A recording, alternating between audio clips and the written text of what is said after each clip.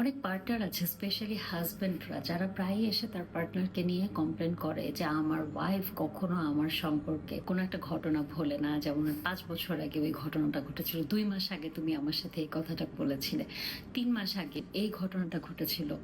আসলে প্রবলেমটা হচ্ছে গিয়ে আপনি এই কমপ্লেনের ব্যাপারে কখনো ডিসকাসই করেননি।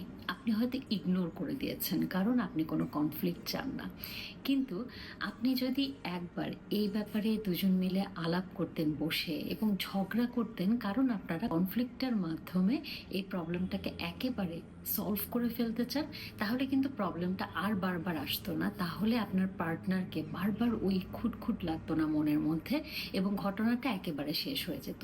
কিন্তু এই ঘটনাটা যেহেতু আপনার পার্টনারের মধ্যে রয়ে যায় এবং ঝগড়ার মধ্যে বা যে কোনো ঘটনার মধ্যে তার প্রথমেই ওইটা কাজ করে যে এই ঘটনাটা অমুক দিন ঘটেছিল, এই জন্য সম্পর্কটা তখন অনেক ঠুনকো হয়ে যায় অথবা সুপারফিশিয়াস লেভেলে থাকে যে হ্যাঁ ঠিক আছে, ঘটনা এরকম আছে বাট আমি ইগনোর করে নিয়েছি। আমার কাছে মনে হয় দুইজনের মধ্যে যখন কোনো প্রবলেম হবে তখন দুইজন বসে এই প্রবলেমটা নিয়ে আলাপ করা উচিত, ঝগড়াও করা উচিত, অ্যান্ড দেন প্রবলেমটাকে একেবারে শেষ করে নতুন করে সামনের দিকে তাকানো উচিত।